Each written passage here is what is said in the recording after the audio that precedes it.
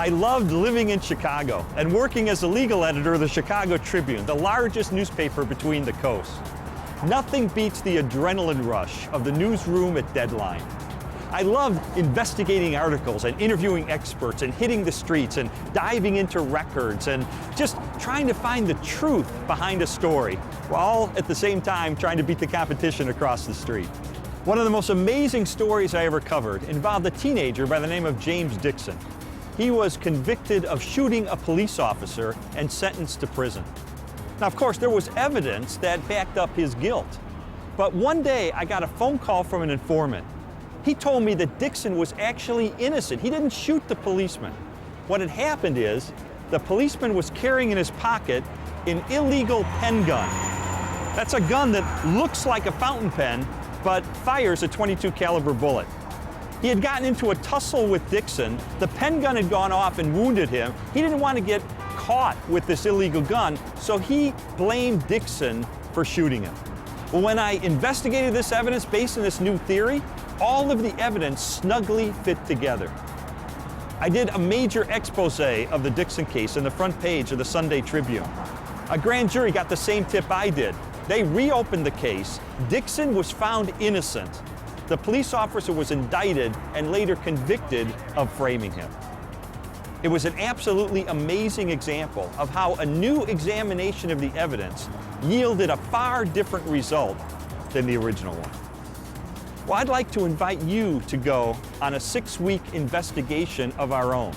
This one into the issue of whether Jesus of Nazareth really is the resurrected Son of God. Now, you may have opinions about where you think the evidence is pointing. But what happens if you were to freshly re-examine the evidence with an open mind?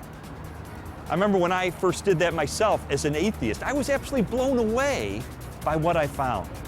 It is not an exaggeration to say that my life was changed 180 degrees.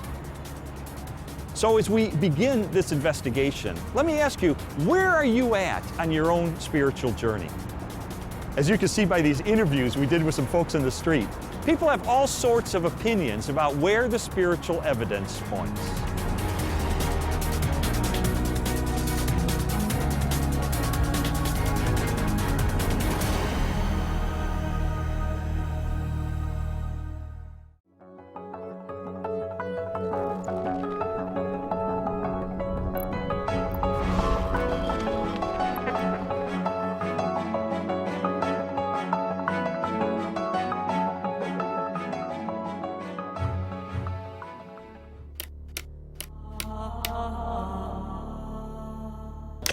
Jesus, I would say no doubt lived as a person, but to the extent of what he did, I'm not sure. If he comes walking into where I work, shows me the signs of the stigmata and tells me he's the Son of God, I might start believing. I don't believe in God, first of all.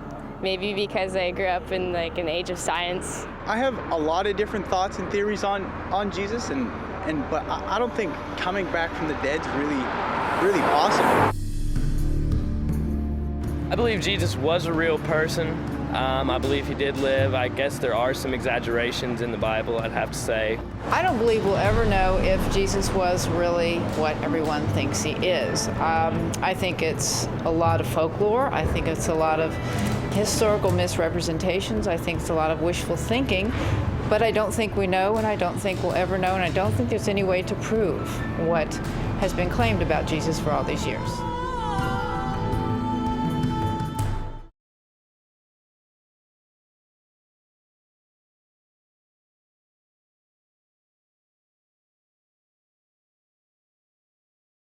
I just thought the idea of an all-powerful, all-loving creator of the universe was just an absurd idea on the surface of it. It wasn't even worth my time to check out. As far as Jesus was concerned, I thought that if he existed, and I wasn't sure whether or not he ever did, he was probably a nice guy, he was probably an excellent teacher, but he certainly wasn't the Messiah, and he certainly wasn't the Son of God. Now, my wife was more in spiritual neutral. She was more of an agnostic, whereas I was more antagonistic toward Christians. I just didn't know where all the pieces fit together. I didn't know who Jesus was or how he fit into the picture. Lee was antagonistic towards God. I was simply confused. There really was no room for God in my relationship with Leslie when we were dating and when we got married, but you know what? We were happy. We didn't have any problem with that. When I first started going to church, Lee responded very negatively. He basically told me that this is not what he had signed up for, that when we had gotten married, he had life planned in a way that did not involve church. My biggest fear with Leslie was that she was going to turn into some religious prude or something, and I thought nothing good can possibly come out of this. But even though I had all these negative ideas of things that were going to happen, in the ensuing months I began to see positive changes in her character and in her values and the way she related to me and the children. And it was winsome and it was attractive. And so when she invited me to go to church with her on January the 20th of 1980, I thought, you know what, I'm going to go. Get her out of this cult, that she's gotten involved in. He did go in with his reporter's notebook so he could take notes and try to find the scandal. Well, the pastor gave a talk that day called Basic Christianity, and he just systematically laid out what it is that Christians believe. And my mind was blown because I had all these misconceptions, and he really did straighten me out on a lot of things. And I remember walking out that day saying two things. First of all, I was still an atheist. He didn't convince me that day that God exists. But secondly, I realized if this is true, this has huge implications for my life. Lee's approach was very different from mine. Mine was mostly a heart issue. I wanted to know that God was real, and the way that was real for me was experientially. And for Lee, it was more about documentation, about being able to have facts that proved it true. Well, I was a journalist, so there was really no problem with me picking up the phone and calling a scholar and saying, hey, I'm Lee Strobel, I'm with the Chicago Tribune. I'd like some background information about the New Testament. And so I would do that, and I thought it was going to be so easy to expose the fallacious thinking behind Christianity. But as it turned out, it took me almost 2 years of my life to investigate these issues. It really was, in a sense, the most exciting story I'd ever pursued as a journalist. The biographies of Jesus in the New Testament gave me a lot of information about him. But Christians were saying that he is the Son of God. That's a huge step to take to believe that.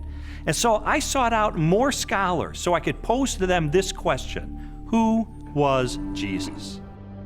Now, this is one of the things I love about Jesus, and it says something to us. His identity is complex. He can't be pigeonholed. He fits no one formula. There's a lot of aspects to who he is.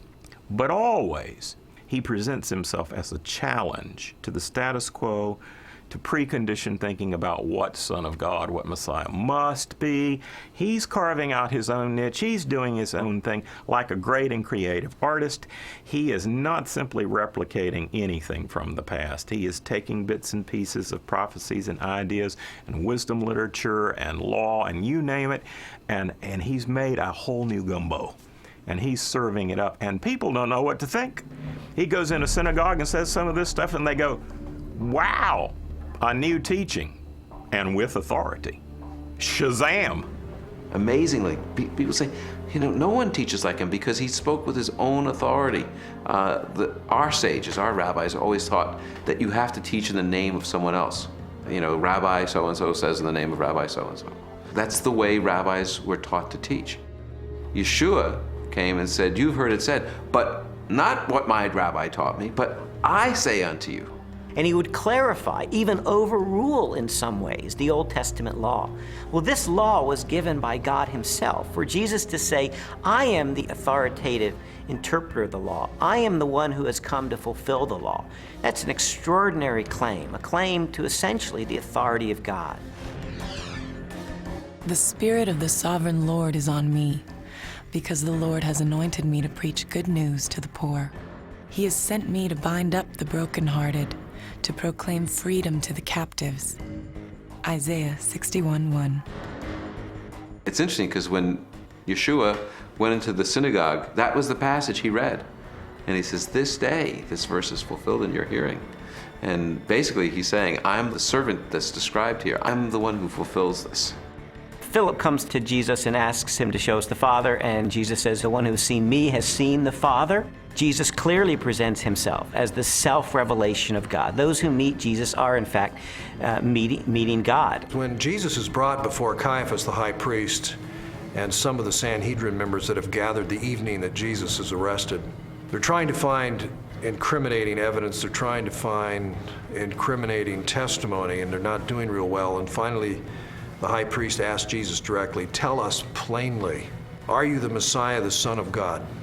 And Jesus says, I am. And you will see the Son of Man seated at the right hand, coming with the clouds of heaven.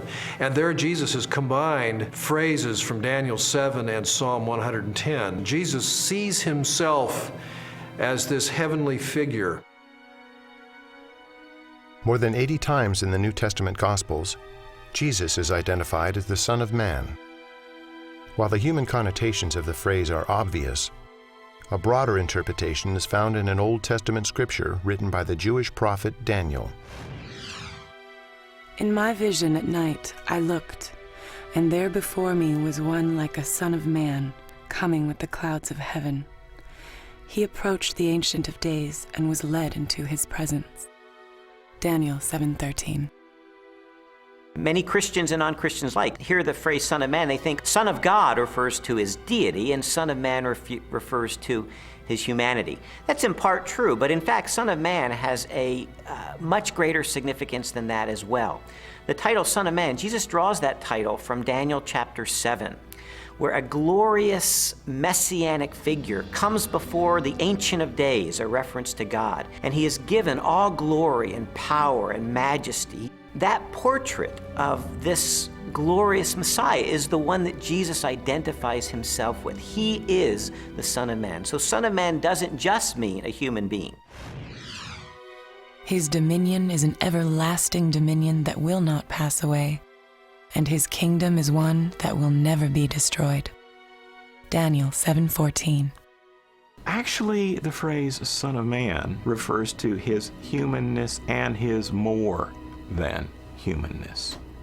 Because no human being can rule forever unless he's a forever person in some kind of way.